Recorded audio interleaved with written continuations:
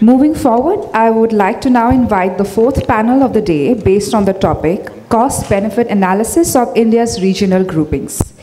The panel intends to discuss and debate India's foreign alignment policies with major regional groupings, country groups and trading partners, keeping India's economic and security interests in mind. With this, I would also now like to invite our esteemed panelists on stage. Dr. Somesh Kumar Mathur, Professor at the Department of Economic Sciences, IIT Kanpur.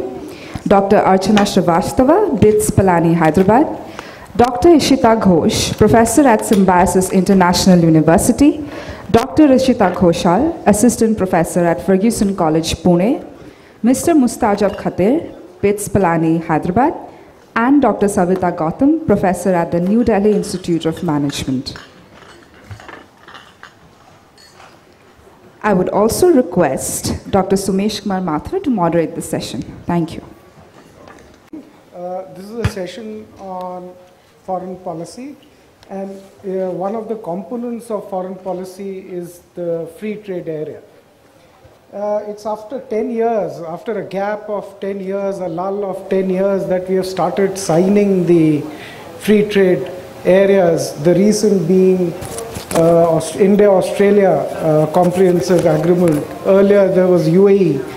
And what are forthcoming is India, Canada, India, EU, then I2, U2, India, US, Israel, UAE. And then earlier we have been having these negotiations with RCEP, Regional Comprehensive Economic Partnership. And also there's a discussion on India signing agreement with CPTPP. And we also have an agreement with Indo-Pacific Economic Framework. So this is a document that we have prepared for this and for the Ministry of Commerce officials.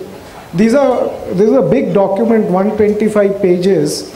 But I'm going to run through only first 2-3 slides and give it to my panelists who have been the contributors to this work along with me. The forthcoming work is coming in the EPW and UNESCAP working papers, and there's a book. The Vice President of India just visited Cambodia, so the background work on 30 years of ASEAN. There's a book which is coming out with Professor Prabir Dey of RIS. So all this work is through these books and journal articles. So my work today is to just give you a flag of certain issues. If you look at the negotiations of India, our work is on what are the relative benefits and costs of India aligning with these different regional groups, be it Australia, be it UAE, be it RCEP, be it CPTPP. What comes out of these study, we use general equilibrium and partial equilibrium models, are that there are certain factors which gain and there are certain factors which lose. It seems that India seems to be now abundant in skilled labor, unskilled labor and capital, while there is scarcity in land and natural resource. But with this IPEF signing, Indo-Pacific Economic Framework, which has these 4 pillars, a resilient economy, a clean economy, a fair economy, if we run through these simulations, there is something that we find that if you concentrate on energy efficiency, that means you redefine your industrial policy and talk about energy efficiency, the gains to land and natural resource also goes up. So what we are trying to argue is that any negotiations now have to have this new form of RTAs which talk about not only tariff and non-tariff reforms, but they also talk about industrial policy and then connect it with the trade policy. An industrial policy with a difference where you're talking about output and input oriented technological progress. Let me take you back to Economic Growth 101, where you had this Cobb-Douglas production function, where there was this Harrod neutral technological progress, Solow neutral technological progress, energy augmenting technological progress. So we are talking about these negotiations where you not only talk about tariff and non-tariff reforms, you talk about movement of skilled labor, you talk about movement of capital, but you also talk about industrial policy, not the PLI scheme, which is like a production subsidy, because at the end these subsidies are cost to the exchequer, they create distortions in the economy. We are talking about output and input-oriented technological progress. And the welfare gains, we have done around 10,000 simulations. And we find that as soon as you bring in industrial policy with trade policy, your welfare levels and output reaches beyond 5% and welfare reaches around 100 billion US dollars. So this is the background. We've put all these slides. I'll be very happy to share these slides, 150 pages. Because we have worked out India's position with all the regional groupings, be it the East, be it the West, be it the Act East, be it Mercosur, EU, Australia, New Zealand.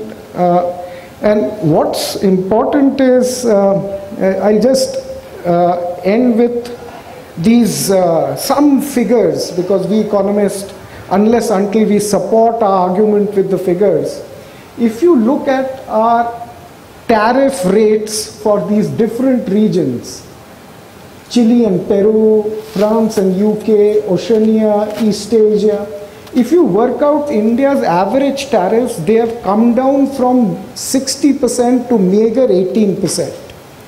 And the sectors which we protect the most are grains and crops and processed food. And it's not us that we protect. We are the only ones who protect. All across the world, processed food and agriculture is protected the most. So you know where the future liberalization lies. Second, if you talk about the non-tariff barriers, look at the figure for the developed and developing nation. We had an impression that it's the developing nations which have higher NTBs, like tariff rates. The UNCTAD database shows, the prevalence score shows that the NTBs for the EU, for the developed nations, are much higher than what they are for the developing nations. And I'm talking about SPS, I'm talking about TBT, I'm talking about rules of origin, I'm talking about pre-shipment inspection, I'm talking about those price measures. So then, tomorrow, if you wish to liberalize with South Asian nations, our tariffs and NTBs are already lower. South Asian trade is meager 5% of their world trade. What will you then liberalize? You would liberalize movement of capital, movement of labor. You will talk about common industrial policy. Let me end up with something which is trade intelligence. This is an academic gathering, so I will share it. The South Asian, the tariffs that we charge are meager 4% for the other South Asians. But they tend to protect extraction sector and manufacturing. So tomorrow, if you have an alliance with the South Asian, and if you concentrate on output and input oriented technological progress, we will tend to gain more than the South Asians. And our growth rates will be 5 to 6%. So you have a roadmap for the South Asian integration. Otherwise, the SAARC agreement was signed in 1985 and it is 2022. The intra-SAARC trade is meager 5 to 6% of its world trade. So what we are trying to say is that bring back the industrial policy on the table, discuss it, define it, and then link it with the trade policy. So we have a bunch of experts who have collaborated on this, and so I will now ask Dr. Archana Srivastava, who has collaborated. She is the first author, the forthcoming work in EPW and the UNESCAP on IPEF, this Indo-Pacific Economic Framework, which is like 7 ASEAN, 4 Quad, then Fiji, then New Zealand, and Korea. They've all come together. Interestingly, this is a new form of agreement which does not have a trade pillar ingrained in it. And we trade around 270 billion US dollars with IPF. So what we are trying to argue through this work is that time has come that, okay, it is geopolitical, geostrategic, and I don't want to say China containment strategy, but it can also turn out to be a geo-economic framework. So we build in these simulations. Mustajab will talk about this GTAP. Dr. Ishita will talk about the gravity modeling. Dr. Ishita Ghoshal will talk about the theoretical modeling, why this modeling is important. And these Ministry of Commerce officials, they want that, sir, tell us where do you gain more? Should you align with East, West, or SCO meeting, or should it be G20? Should we take this opportunity to liberalize? I say liberalize, but with a difference, bring in industrial policy, not of the things that we are talking about, PLI schemes. Those are subsidy schemes, those are cost to the exchequer, they create distortions in the economy. We have suffered for 40 years, we shouldn't do it now. So I open it. Archana, would you like to take it up?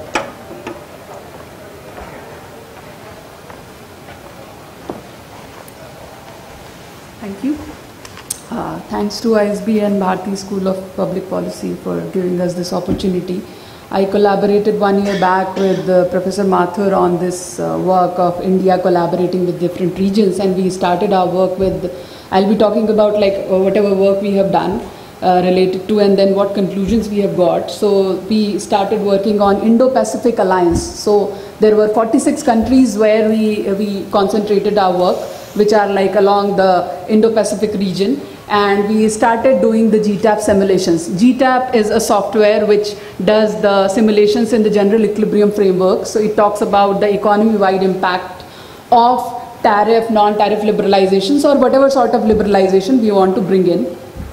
So we started with that, and then we did the simulations. So first of all, like as WTO says that we should concentrate on trade liberalization. So what we started is, we started with the tariff liberalizations, and we gave like 0% tariffs, although I mean there is sensitive list of items where we cannot put the 0 tariffs, but we started with the extreme situation where we gave the 0% tariff cuts. We saw like if among the Indo-Pacific nations and bilaterally the cuts are given, tariff cuts are given at the 0%, the welfare gains will be there. Then we thought that it's not only tariff which we talk about, it's something like maybe non-tariff barriers which should come into the picture, because it is not only like tariff are at the front, but non-tariff barriers are at the background, and which must be removed, but they cannot be removed like 100%, because these are the quality controls which we talk about, these are the customs control which we talk about. So what we thought is like we will give the non-tariff barriers cut, so we brought it to the level of 2% only. And then we started giving the simulations, and we got some gains for India, some gains for other regions as well. There were losers as well. But then we started talking about like, let's give shocks to other regions, not the Indo-Pacific ones. Recently this RCEP is very much in the picture, where India did not, I mean after 30 rounds of negotiations, we did not sign the treaty.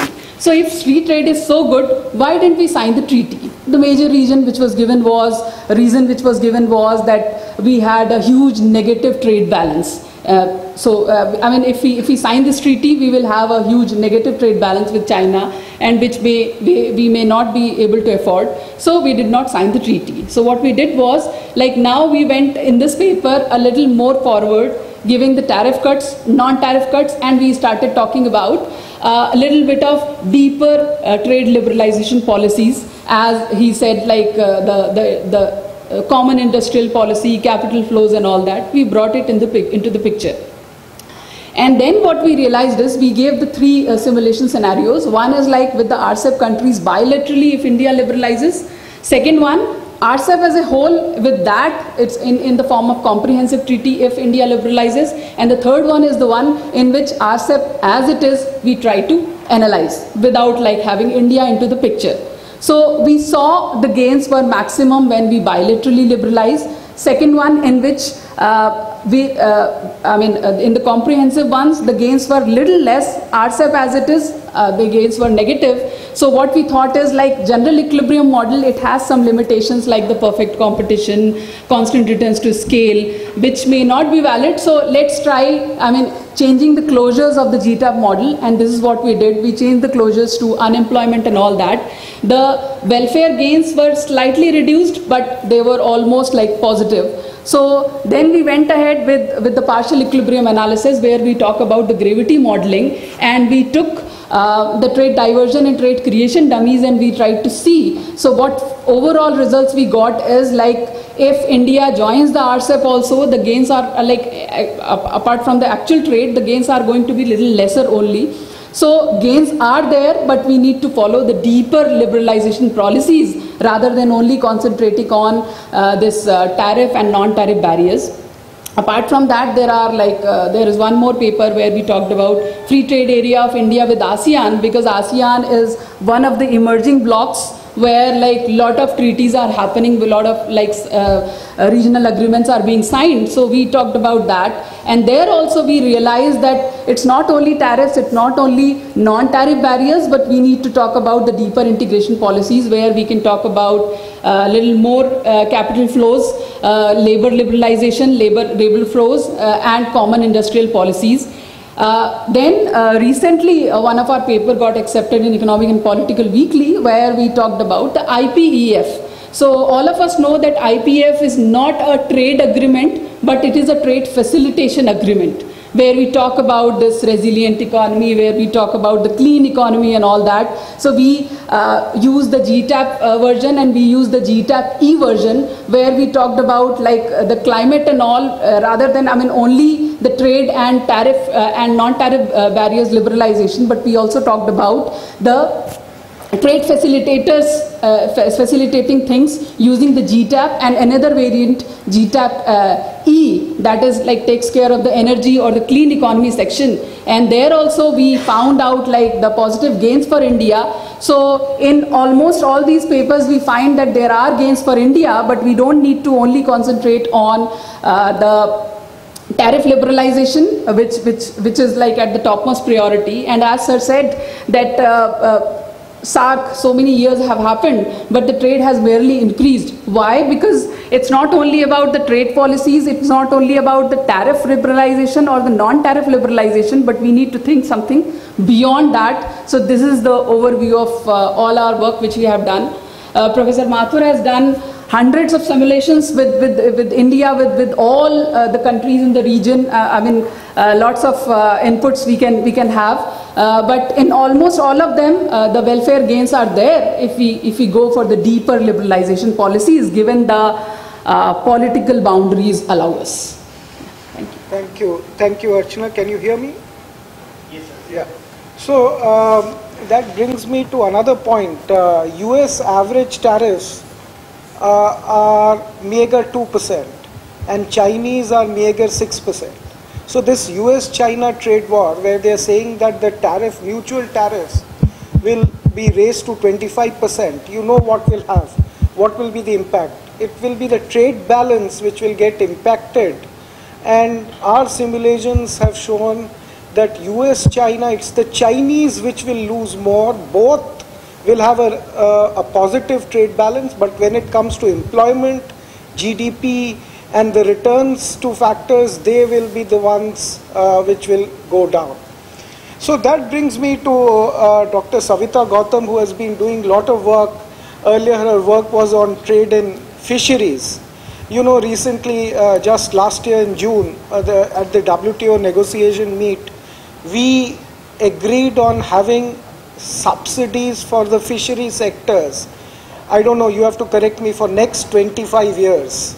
And if you all know the tragedy of commons, what will happen to the fishery resources, it's the Almighty who will let us know what will be the impact.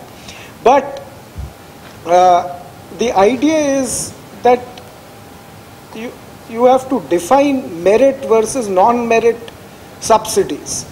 So we have farm subsidies, we have fishery subsidies, we have livelihood issues, all are good, but at the end they are cost to the exchequer, they create distortion. Export taxes, we have been imposing export bans, wheat. So they are skewed policies. These are beggar by Thai neighbor policies. You gain at the cost of the others. So that free trade, if you have free trade, the welfare will be more dispersed. It will not be skewed. So this brings me to Dr. Savita Gautam and her views on trade, and then we'll come to the other issues.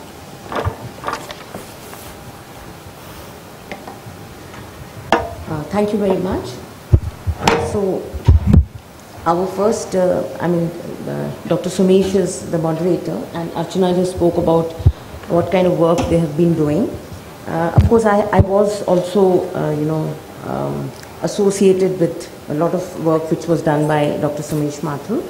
My work is mainly on non-tariff barriers. So I would like kind of tell you about that. Of course, he just introduced with the shrimp, this fishery sector. Now my work was basically on the fishery part, the exports which we are doing. Largely 50% of the fishery sector that is we are exporting is from shrimp and prawns. That's why, and we are number 2 to Thailand. Thailand is number 1, considering that we have so much of the sea area with us, and also a lot of shrimp farming is being done in India. We still are number 2, and we are way far behind Thailand as far as the export figures are. So my work was on how the non-tariff barriers or the non-tariff measures, right? There are 2 different terms nowadays which are being used. The newer one is the new tariff, non-tariff measures. So how they are impacting, these barriers are being put by the importing countries, and largely we are importing to the developed world in terms of the sector of this US, Japan and EU. And of course we've also done to China, so part of the work was done with, part of my work was also related to China. So this we found that this was impacting our exports in a negative manner, right? So I would say that WTO in fact started in 1995, but prior to that was GATT. Now Article 24 of WTO allows the customs union and the free trade agreements, right? So it's like if the entire chairs in the hall are WTO members, so we are just having certain rules of the trade and we are all following it. But apart from that, we are also probably having regional trading groupings with seven countries or 8 countries or even 12 countries. So it's like the fact that we are part of WTO and still WTO allows it, right? Allows these regional trading groupings is because of the fact that at least the trade is going to get better. So the world welfare is going to get better if you're trading, and you're trading in what you're doing, exports and imports, and you're also this is of course the macro view. Ultimately it is being done by the firm levels, right? So I think I have about 2 minutes more. I have 2 minutes more. Yeah. I just wanted to kind of conclude this where the non-tariff barriers now, the traditional non-tariff barriers were licensing, where you take a license from the government and then do your exports and imports. Quotas have been done away with now, and the voluntary export restraints also have been done away with. So now the newer ones are more related to the WTO compatible barriers. So WTO allows that. That's the regulations. So there was a survey done, the world survey in fact, done by the International Trade Center, Geneva, which said that the exporters defined as number 2, the regulatory affairs, to be most destructive in their exports. So complying to the regulations. And unfortunately, what has happened is that while we were making the SPS agreement, the WTO thought it well enough to make a legality to say that every country has a right to make rules and regulations for the protection of their population. So it's like India may not have those rules, food safety stricter laws, but then USA may have very strict laws and EU may have even stricter laws. So that's a little inbuilt in WTO. We would wish that as an exporter, I would think that yes, if I'm doing it to USA or if I'm doing to EU, I should be having same compliance needs. But it's not so. It's not so, right? So that's where I end. Just wanted to kind of apprise you of that these are newer trade barriers, WTO compatible, and they are also called as environmental trade barriers by some researchers. And there's a very new line of research. Thank you. Thank you.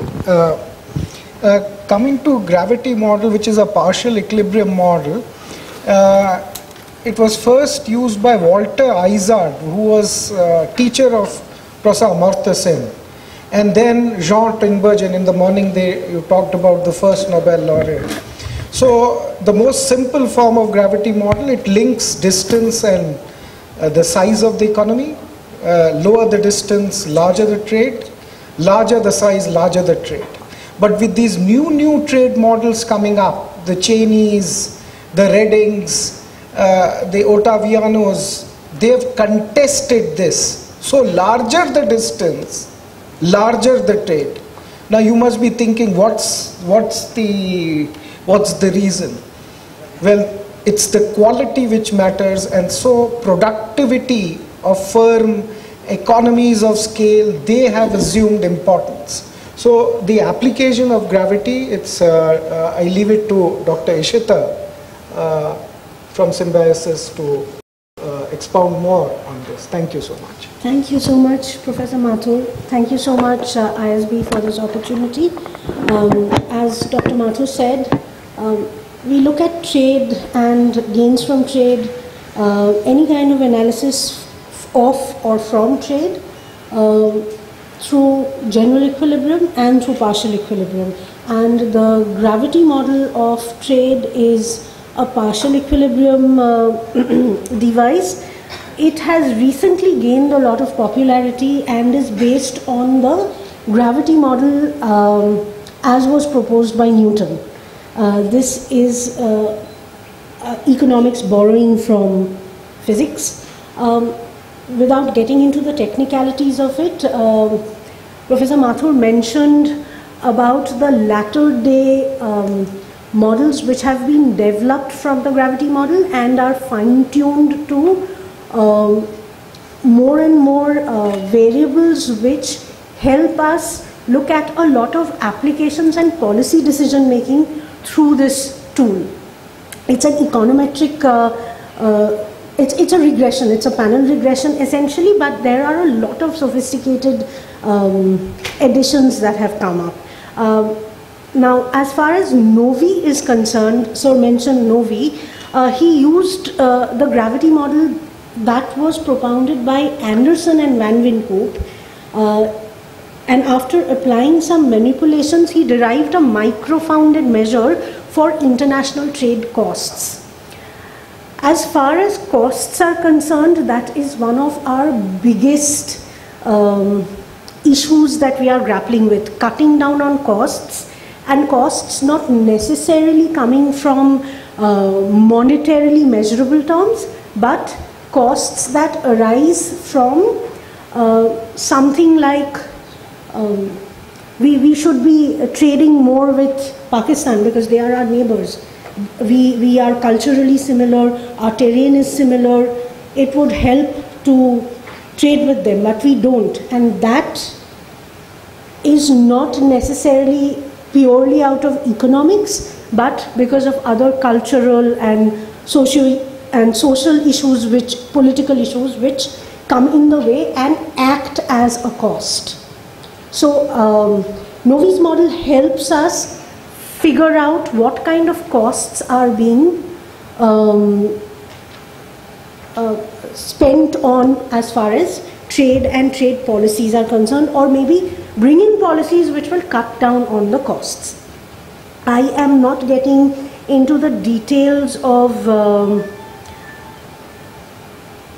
the model, of course, but I would like to share with you some of the applications of the gravity model in terms of RTAs and FTAs with respect to India and other trading agreements. So I have only taken up a few recent ones starting from 2018 to, let's say, even 2022. A recent one which was published in 2020 talks about evaluating Asian free trade agreements and what does gravity model tell us. Here they have used the gravity to estimate certain FTAs that negatively contribute to trade flows across the region, and that GDP and population, among other factors, can explain total trade flows. Trade costs using distance as a proxy has a significant and negative effect on trade. When we talk about distance as a proxy in the gravity model, it is not necessarily physical distance, but any other variable that can act as distance. So again, Pakistan is just next door, but the distance is socio-political, cultural. The results of this study were in line with the expectations that are according to the gravity model, and what these scholars have suggested is that if you have to smoothen trade flows across the region, then that can be done by reducing tariff and non-tariff barriers, pumping in investment on transport infrastructure, and improving productivity of the partners as a whole, which has positive effects on GDP and thus trade. I move on to another one which was published in 2021, Impact of Regional Trade Agreements on Export Efficiency. This is a case study of India. Here they found out that India has been substantially able to exploit exports efficiency to its trading partners under FTAs, that is with ASEAN and SAFTA, and bilateral trade agreements compared to PTAs, which is Mercosur and APTA. However, India's exports are very far away from the potential frontier. Excluding APTA, all other agreements are statistically significant, implying that joining trade agreements augments India's export efficiency, something that Professor Mathur pointed out, that if there are free trade agreements, the welfare is distributed better. Regulatory quality of importing nations bears a significant positive impact on India's export efficiency, and of course the importance of good institutions and better regulatory quality in realizing the potential levels of exports with partner nations have to be put in the fore. I could go on and on about these, but I think I will share with you a couple of examples of intra-industry trade. This was published in 2019, and one of the authors is from ISB, Rishi Dwesar. The paper is titled Examining Intra-Industry Trade Between India and China, and they have said that the pattern of Indo-China trade will depend on several factors. These include economic growth trajectories of two countries, government policies, negotiations with WTO, external economic outlook, the competitiveness of exports of the two countries in each other's markets, and the effectiveness of tariff and non-tariff barriers in curbing the exports. If we look at the plethora of evidence that is available through research, all the outcomes point out towards government policy, towards better negotiation, towards cutting down trade costs from a direct measure, monetary measure of costs, and through indirect measures by improving infrastructure, by improving dispute settlement, by improving security and sustainability, and reducing carbon footprints. Do I have any more time, sir? Maybe we come back. Okay. I just wanted to talk about one more case of trade costs, which we could come back to. Thank you so much. Right, thank you. This brings us to another point on structural transformation and the returns to factors of production. So I invite Dr. Ishita Ghoshal to speak on this core issue, that what drives Indian economy? Is it manufacturing based? Is it service? Is it agricultural, sourced economy? We've used our GTAP models to do some simulations, assuming TFP to be 4% for all the sectors separately. And we find it's the manufacturing sector which brings the maximum welfare and growth. But more about it from Dr. Ishita. Thank you. Thank you so much, Professor Mathur, and also ISB for inviting us and giving us this opportunity.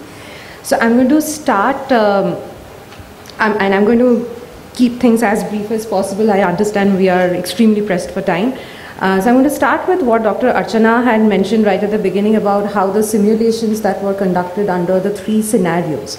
And under those 3 scenarios, one thing that we were, as students of econ, would always be interested in is how the real returns to the factors of production work out, right? So we looked at land in labor, we looked at unskilled and skilled versions, capital and natural resources.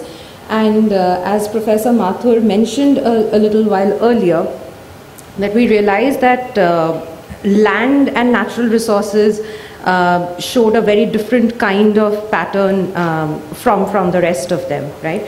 And under the all the 3 scenarios that Dr. Archana mentioned earlier, we realized a similar kind of pattern. And what that I will just talk about the final take home that we get from there is that just like India would require the capital flows coming in from countries like Japan, Korea, Australia, Singapore, and all the other RCEP nations, there could be an interdependence as well. So then the Indian capital is also required all across these countries and also the ASEAN countries.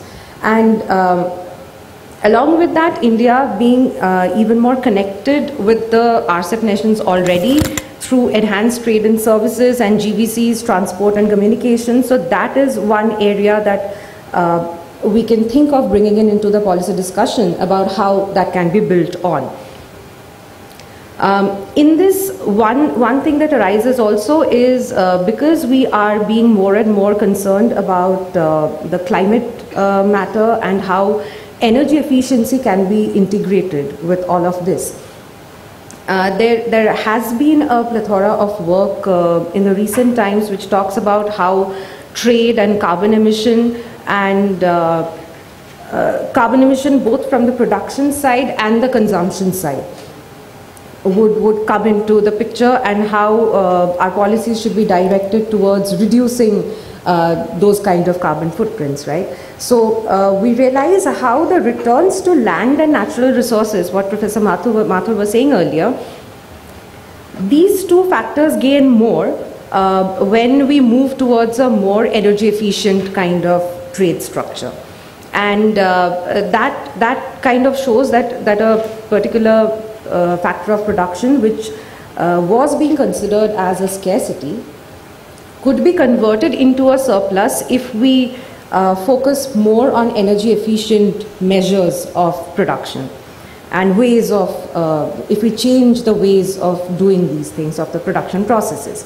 So the implication is that we are probably, we need to move more and more towards, let's say, reliance on renewable energy, solar structures and cleaner technology, so that the returns on the inputs, factors of production that is going in can be actually utilized, which empirically has not been supported. So the Rybczynski gains have not been seen so far.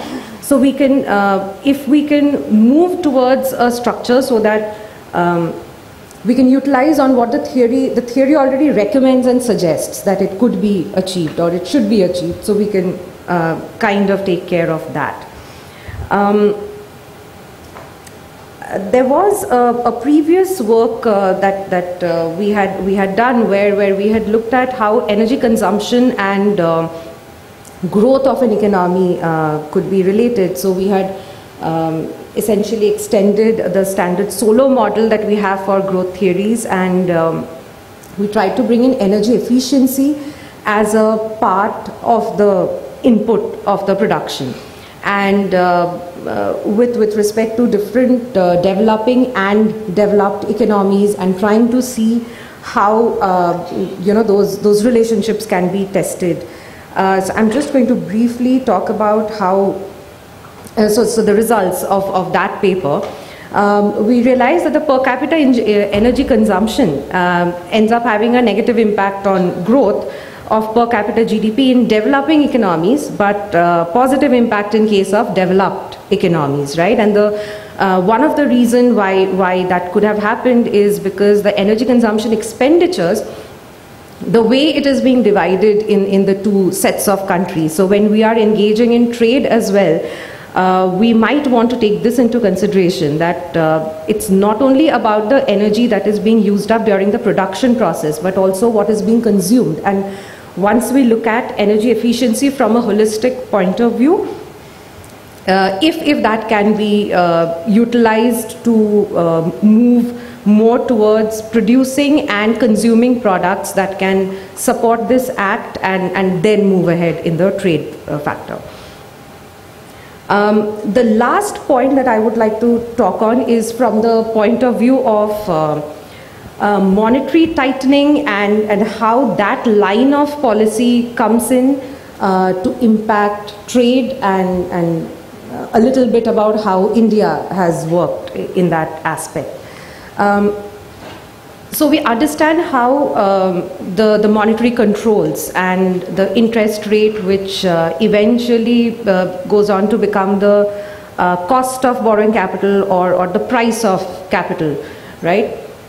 This has a huge impact on the kind of investments that we expect to come into the economy, or the flight of capital also, in case it goes against us.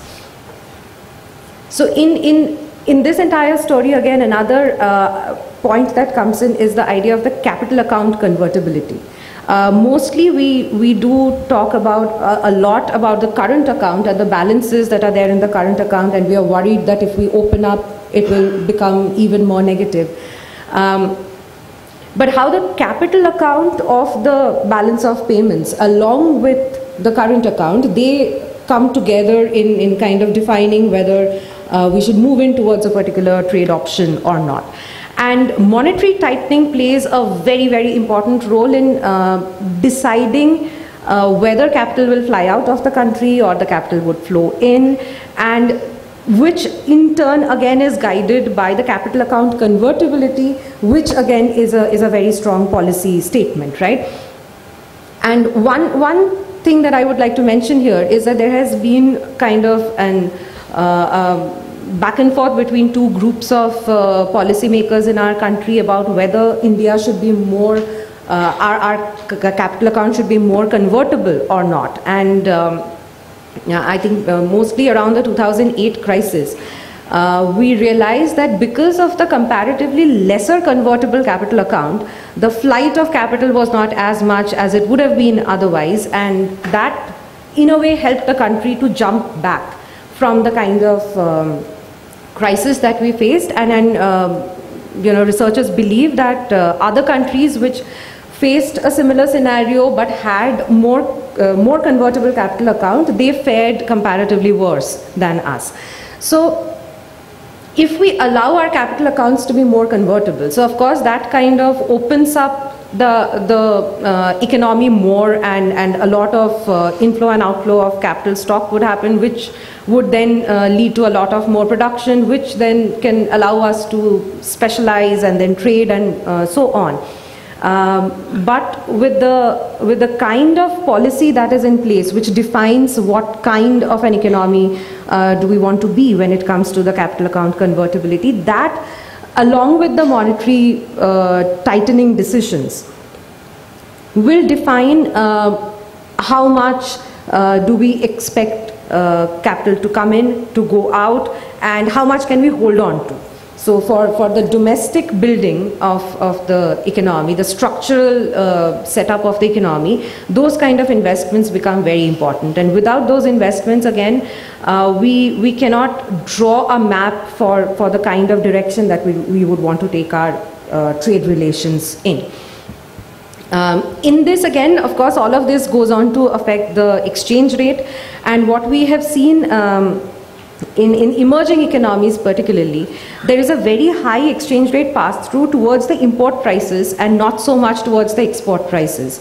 So then if we, whether we can allow our exchange rate to be volatile, or can we allow it to kind of go up or down, like China has been able to utilize that, would also depend on the kind of pattern of trade that we have. What are we exporting? What are we importing? So whether it's a primary product or a secondary product or a tertiary product, and whether the elasticities, price elasticities of those products, how do they stand?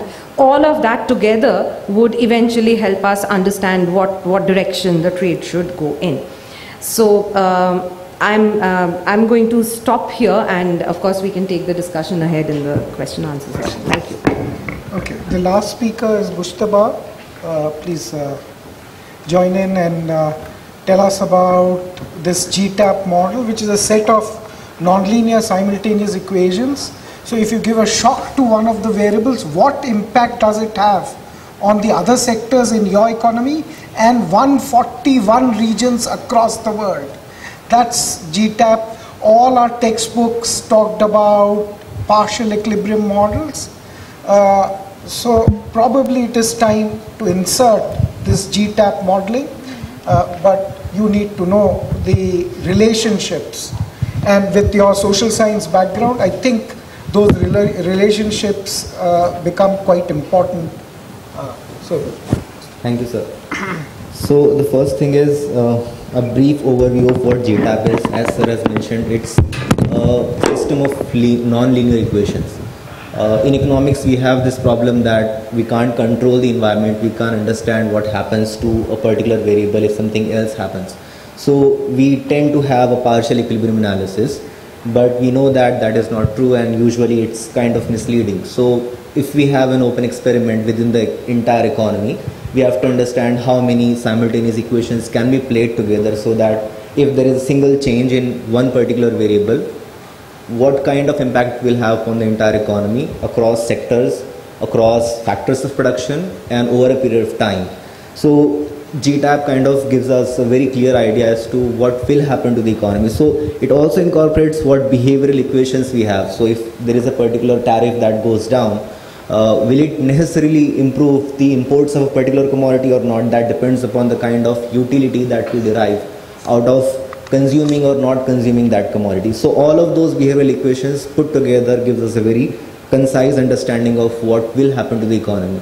And that allows us to imagine a scenario which is not existent as of now, and that allows policymakers to focus more upon more targeted approaches towards policy.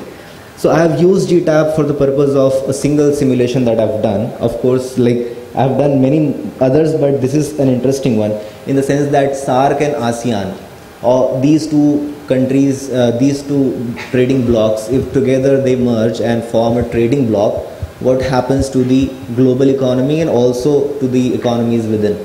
One of the common factors between SAARC and ASEAN is that these nations have usually been colonized, and there is a tremendous literature which portrays that if there is a commonality of colonial history, it allows people to merge together and share each other's woes for that matter, and perhaps integrate better, which is why I have chosen this part. And it's surprising to find out that this region can actually emerge as the fourth economic power. If we consider US, EU and China as three economic powers, then ASEAN and SAARC together can actually become a very strong negotiating partner here. So it's kind of, I'm wondering why this has never been explored in the manner that it was supposed to. So far we have very small regional integration score. SAARC has intra-regional score of 0.37, ASEAN has 0.45, and together we have 0.34, which indicates that there is a huge room for improvement in terms of interdependence of trade. The aggregation scheme, whereby we try and merge together all these 18 economies of ASEAN and SAARC and find out what happens within this bloc and across the globe. So when we talk about within this bloc, there is a free movement of labor and capital, that is one, and there are no regional trading tariff barriers for that matter. This creates a little geopolitical problem, but for the time being, we have assumed that the economic benefits will basically allow us to overlook the political turf that it will get into. And then perhaps if we become a negotiating partner with all the major economies or the rest of the world for that matter, what kind of tariffs that can be designed to make sure that our welfare gets maximized, but not necessarily reducing everybody else's welfare. So there is a similarity of culture, there is a possibility of a similarity of languages, which is again an important predictor in terms of having more and more trade. As ma'am was talking about, gravity also includes that. So the large economies can actually have a very strong competitor here when SAARC and ASEAN can become a regional trading bloc. So in terms of simulations, I have designed two essential scenarios. The first scenario is we reduce, there is a customs union, and we reduce the existing tariffs upon agricultural by a third of what it is right now, which means that the only because agriculture is a sensitive list, there are several items which are in the sensitive list, and no country actually wants to reduce entire tariffs for that sector, which is why only a third of tariffs can be reduced for agriculture, 2/3 for manufacturing, and services sector can be entirely liberalized. What happens to the economy if we look into that? The first scenario indicates that the equivalent variation, which basically allows how much we are losing out if we do not do this, is $112 to $1,250 billion losses we are making right now. And if we actually go towards making this simulation or this possibility or imagine this scenario, it reflects into allowing us to have a larger market across the globe. So this is not an actual loss, but we are assuming it to be a loss. The terms of trade will actually improve because we will be shifting not just from agriculture but towards manufacturing. So agricultural sector production in absolute quantities might actually go down, but it will add on to the manufacturing sector, and that is another important policy shift, as sir was mentioning, that industry has to be brought to the table. So 55% improvement in terms of trade might take place. The GDP, the real GDP will actually change by 2.7%, which is not a very significant change, but again the second scenario, it might be changing to a greater extent.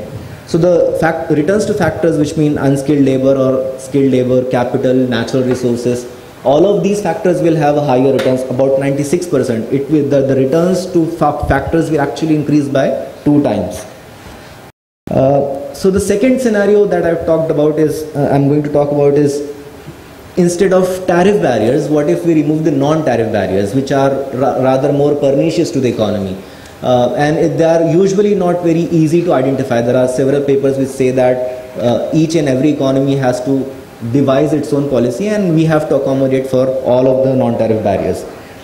If we reduce non-tariff barriers, again by the same margin, a third on agriculture, 2/3 on manufacturing, and entirely on services, $1,300 billion will be the equivalent variation. That means if because of these pernicious non-tariff barriers, we are losing out upon a large market here. The quantity of the GDP that might improve by reducing non-tariff barriers is about 7.1%, and this is what I'm talking about, the entire region, not just India. All SAARC and ASEAN nations together, the GDP might increase by 7% or more. So in terms of increasing the reflecting upon actual growth, reduction in non-tariff barriers are more effective than tariff barriers. Terms of trade would actually increase by 46%, and returns to factors or agriculture, skilled and unskilled laborers is 81%. So about it's also equivalent to 2 times more than what it is right now. So the first scenario will result into higher returns upon unskilled and unskilled laborers. It will also reflect upon having higher exports upon a lot of industries such as meat and meat products, processed food. All of these parts will actually lose out, while the ones that we will be gaining upon is light and heavy manufacturing. So for a very long time, India has been missing out upon the industrialization spectrum. So what we can use with this simulation is perhaps this allows us to focus more upon manufacturing sector rather than the agriculture, and that will reflect upon more returns to skilled and unskilled labor. That is right. Thank you. Thank you. We have some, not much, but some time for any questions. So, I mean, the entire discussion was that the age-old concern that if you open up, there will be a surge in imports and we would lose, our industry will become non-competitive. That concern still remains. So these new forms of FTAs are talking about regulatory cooperation, digital connectivity, infrastructure and connectivity, financial cooperation, and trade, GVCs and migration, long issue that has been in the lower echelon when it comes to defining pillars of the RTAs. So going forward, as we said, that probably it is time to link industrial policy with trade policy and define industrial policy in a manner in which technological progress in inputs and outputs play an important role. Right, so if there are any questions, please pose it to us. Yes, please. Hello sir, I am Pranav from ASCII. Why not BIMSTEC, why SAARC? Because 2 of the nations in SAARC are like, Pakistan and Afghanistan. I know that this is just a simulation, but just asking. When you talk about BIMSTEC, we have Bangladesh, India, Myanmar, Sri Lanka, Thailand, Nepal, Bhutan, and Thailand, as I said. So if you liberalize with BIMSTEC, it's again that same old concern that trade balance becomes negative, at least with Thailand. So what we have suggested that if you now bring in, you go beyond tariff and non-tariff barriers. Non-tariff barriers, India has the highest non-tariff barrier of 4.9. That is the prevalence score. Average NTMs applied to the imported products. So even if you liberalize tariff and non-tariff barriers, nothing is, you will not be able to achieve more. You have to talk about blue economy, you have to talk about maritime security, you have to talk about common industrial policy. So if BIMSTEC has to succeed, you have to talk beyond these tariff and non-tariff measures. Similarly with SAARC, where you're talking about, say, getting electricity from Nepal, or you are selling electricity to Bangladesh. So when you talked about movement of capital, you also talked about movement of skilled labor, you also talked about movement of natural capital. Okay, So when you talk about movement of natural capital, people start thinking, what is it? It's like Econ Micro 101, when the indifference curves start touching the y-axis, people start feeling jittery, how we were told it was convex. So we are talking about those things, and we are talking about common industrial policy. Even G20, we are saying that let it be an outlet for promoting our manufacturing process. And for South Asia, as I said, the other South Asian countries, they have an average tariff of 8% on us. We impose 4%. And they protect extraction and manufacturing sector. So when you negotiate, ask them to reduce and promote our manufacturing. Right? So that will help us more than others. If you ask them how would they get help, only if they start sending people to the Indian subcontinent. Would you allow it? Back to political economy questions. We economists can go till one stage. After that, it is something.